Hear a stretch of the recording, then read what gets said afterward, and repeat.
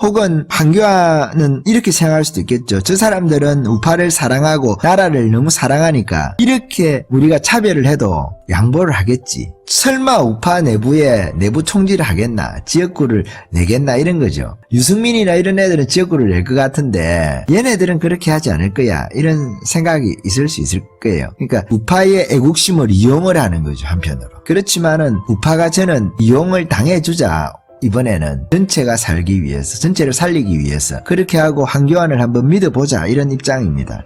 그렇게 해야 승리를 하는 데 있어 가지고 확률이 높으니까 확률이 제일 높은 데다가 베팅을 해야 되지 않겠어요.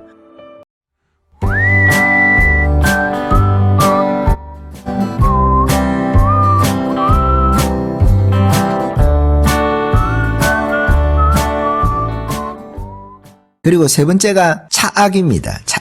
차악의 경우는 비례정당이 지역구까지 내는 거예요.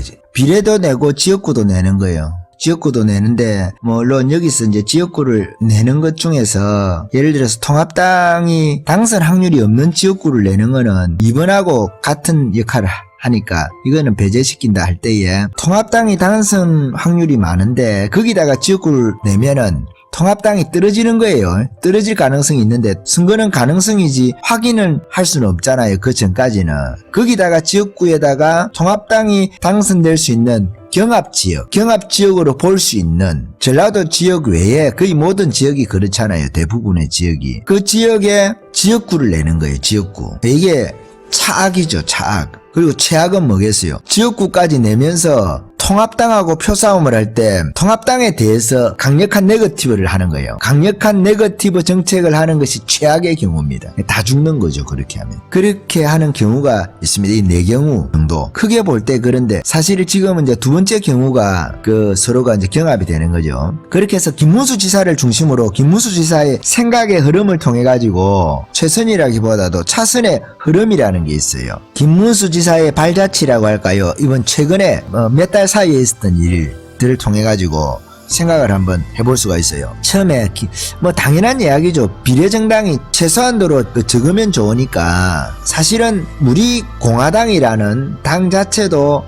통합당에서 비례대표라든지 지역구를 한두 석을 주고 흡수를 할 수 있으면 더 좋았던 거죠. 지금도 그런 기회가 있으면 그렇게 할 수 있으면 좋은데 그렇게 안 하려고 하죠. 왜? 그 안에 탄핵 찬성파들이 있단 말이에요. 탄핵 찬성파들이 아직 힘을 쓰고 있으니까 통합당에 들어와서 조은진이라든지 정강훈 목사 측도 마찬가지. 이런 측들이 들어오는 것이 상당히 부담스러운 거예요. 그 안에서 자기네들이 입지가 조은진이가 들어온다 계속 말을 할 거니까 조은진이가 들어온다, 김문수 지사 쪽에서 힘을 얻어가지고 파의 투사들이 들어온다. 김문수 지사는 좀 점잖은 투사형이잖아요. 근데 아스팔트 투사들 중에서 박근혜 탄핵에 대해서 반대하는 사람들 중에 강성한 사람들 있잖아요. 강경한 사람들이 들어올 때에 탄핵에 찬성했던 사람들이 힘을 더 잃게 되는 겁니다. 그러니까 통합을 하더라도 오히려 유승민이라든지 안철수라든지 이런 사람들은 다 박근혜 대통령의 탄핵에 대해서 다 전제를 함께 가지고 있잖아요. 원제를 함께 가지고 있는 사람들의 힘이 오히려 세지는 것이 자신들의 입지에 더 유리하다고 생각을 했을 가능성이 많이 있습니다. 그래서 사실은 통합당에서 조원진이라든지 정강훈 목사 측에 대해서 비례대표나 혹은 지역구에 대해서 할애를 하면서 이현주처럼 할애를 하면서 그렇게 하지 않았다는 거예요. 이현주에게 했던 것처럼. 이현주는 탄핵에 대해서 반대를 하지만은 입장이 다르죠. 이현주도 탄핵 당시의 입장으로 볼 때는 탄핵에 대해서 찬성을 했지 않습니까? 그러니까 이현주 정도는 허락이 된다는 거예요. 이현주 정도는. 왜?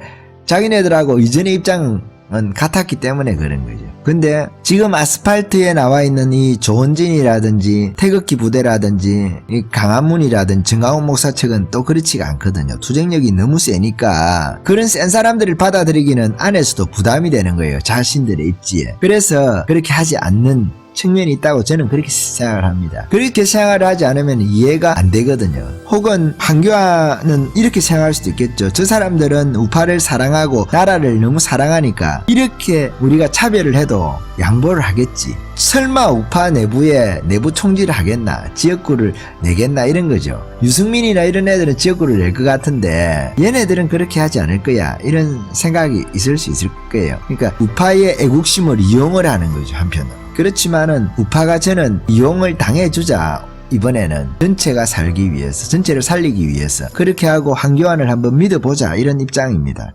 그렇게 해야 승리를 하는 데 있어 가지고 확률이 높으니까 확률이 제일 높은 데다가 배팅을 해야 되지 않겠어요. 확률 게임이잖아요. 지금 확률이 얼마나 높으냐. 우파가 지림멸렬하면 이 최선의 경우에서도 이길 수가 없는 거고, 우파가 아주 강성해서 여론을 전체를 쥐고 흔들 수 있으면은 최악의 경우에도 이길 수가 있는 거예요. 최악의 경우에도. 그렇지만은 선거라는 것은 우리가 최선의 경우의 수를 두기 위해서, 최선의 수를 두기 위해서 노력해야 되니까 정강훈 목사도 당을 만들지 않은 것이 우파의 입장에서는 최선입니다. 사실은 선거 끝나고 나서 우파의 선명성이라든지 우파의 가치를 실현하는 것이 더 바람직하다, 저는 그렇게 생각을 하는 입장에서 사실은 자유통일당 만드는 데 대해서도 저희 같은 경우에는 반대예요. 지금도 반대고 선거 전략상으로 그렇다 이 말이에요. 선명우파를 지향하지 않아서 선명우파가 필요 없다고 생각해서 절대 그런 것 뜻에서 말씀을 드리는 것이 아니고, 선거에 표 계산을 할 때 그렇다는 거예요. 그래서 김문수 지사도 처음에 반대했다는 거잖아요.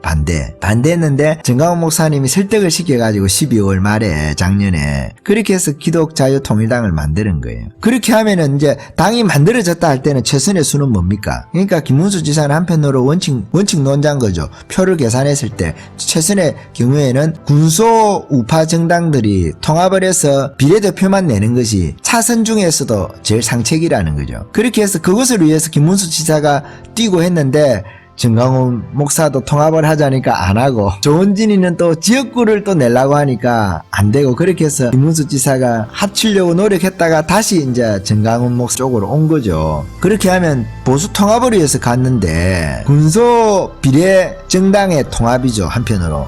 그렇게 해서 갔는데 가보니까 현실이 그렇지 않다는 거죠. 이상이라는 것이 있고 현실이라는 게 있지 않습니까? 그렇게 안 되니까 그 안에서 최선의 경우의 수를 생각한 것이 탈당이겠죠. 최선의 경우가 수가 맞고, 비례정당으로 머무는 것이 아니라 군소정당이 지역구를 냈다고 할 때, 그리고 거기가 통합당에서 당선 가능성이 있다, 통합당에서 당선 가능성이 있다, 이 말은 우파의 당선 가능성이거든요. 우파가 당선 가능성이 있다, 이렇게 지금은 해석을 해야 돼요. 우파가 당선 가능성이 있다는 지역에서 우파를 떨어뜨리는 거거든요. 그게 문제라는 거예요. 통합당이 밉지만은 통합당의 당선 확률이 아니다 이 말이에요.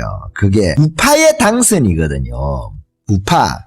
저 사람은 우파 아닌데, 그렇지 않아요. 그렇게 생각하면 안 되고, 지금 통합당 자체를 우파로 규정을 하고 이야기를 해야 되는 거예요. 그래서 당대표가 황교안이고 우파잖아요. 그렇게 해서 그럴 경우에 지역구를 낸 이 군소 우파 있잖아요. 군소 우파 정당이 표를 최대한으로 적게 얻어야 되잖아요. 그 표를 넣는데 김문수 지사의 이름이 쓰이면 안 되잖아요. 힘이 보태지면 안 된단 말이에요. 정강훈 목사의 힘이 보태지면 안 되잖아요. 지역구를 내겠다 했을 때는 이 김문수 지사는 그거에 대해서는 동의를 할 수 없다 해서 탈당을 한 거예요. 이렇게 이야기가 흘러온 거죠.